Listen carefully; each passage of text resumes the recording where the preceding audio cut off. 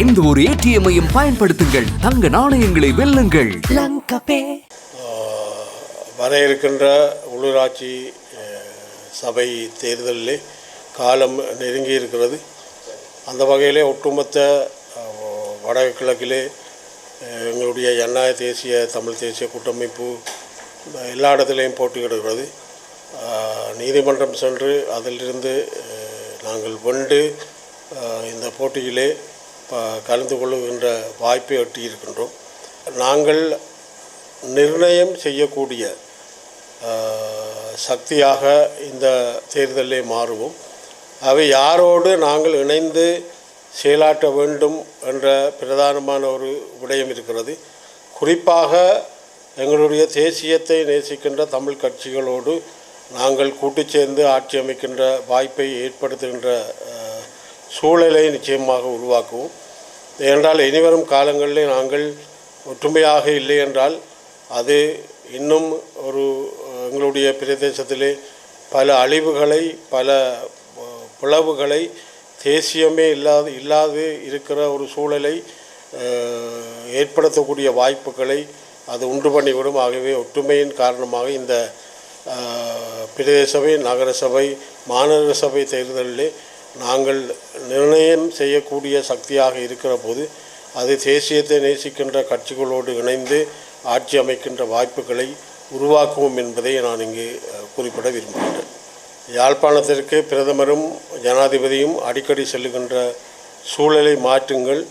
பாதிக்கப்பட்ட பிரதேசங்களான வன்னி பிரதேசத்திலே உங்களுடைய கடமைகள், உங்களுடைய வருகைகள் இருக்க வேண்டும் என்று நான் ஒரு கோரிக்கையை முன்வைத்தேன்.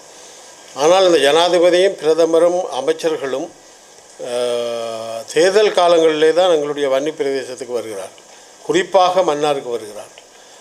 மன்னாருக்கு வருகை தந்து தேர்தலில் வெற்றி பெற வேண்டும் என்ற அந்த அர்த்தத்தோடு தாங்கள் தான் செயல் வீரர்கள் என்று சொல்லுகின்ற விடயத்திலே மன்னார் மாவட்டத்திலே கூடுதலான கவனம் செலுத்தப்படுகிறதே நாங்கள் காணக்கூடியதாக இருக்கிறது. ஆகவே தேர்தல் காலங்களில் தான் இவர்கள் இங்கு வருகை தருகின்ற வழக்கமாக இருக்கிறது. இந்த தேர்தலிலும், அதாவது எங்களுடைய பிரதேச சபை, நகர சபை தேர்தல்கள் எல்லாம் இந்த மண் அகழ்வு, காற்றலை, மின்சாரம் போன்றவைகளுக்கு அனுமதி கொடுக்கின்ற அதிகாரங்கள் கொண்டவை. ஆகவே இது ஜேவிபி அரசாங்கம் முழுமையாக கைப்பற்றுமாக இருந்தால் எங்களுடைய மன்னார் மாவட்டத்தை காப்பாற்ற முடியாத ஒரு சூழலை அது உருவாக்கும்.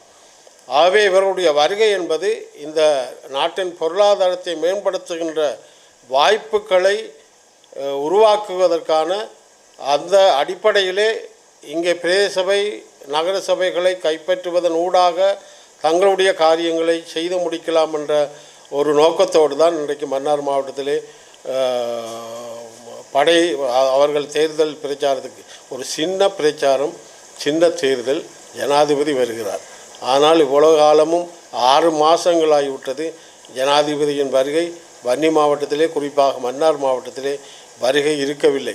சுகாதார அமைச்சர் வருவதாக சொன்னார்கள்.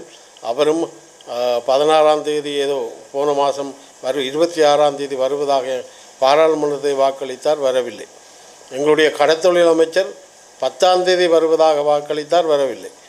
ஆனால் இப்பொழுது எல்லாரும் வருகை தருவது எங்களுடைய மண்ணை வருமானமாக்குகின்ற, எங்களுடைய காற்றை வருமானமாக்குகின்ற ஒரு செயல்பாட்டிலே கவனம் செலுத்துகின்ற அந்த ரீதியிலே தான் வருகிறார்கள். மக்கள் உஷாராக இருக்க வேண்டும். இந்த பிரதேச சபை, நகர சபைகளுக்கு அவர்களுக்கு வாய்ப்பு கொடுப்போமாக இருந்தால் எங்களுடைய மண்ணையும் எங்களுடைய காற்றையும் நாங்கள் இழந்து விடுவோம் என்பதை இச்சந்தர்ப்பத்திலே சொல்லிக்கொள்ள விரும்புகின்றேன்.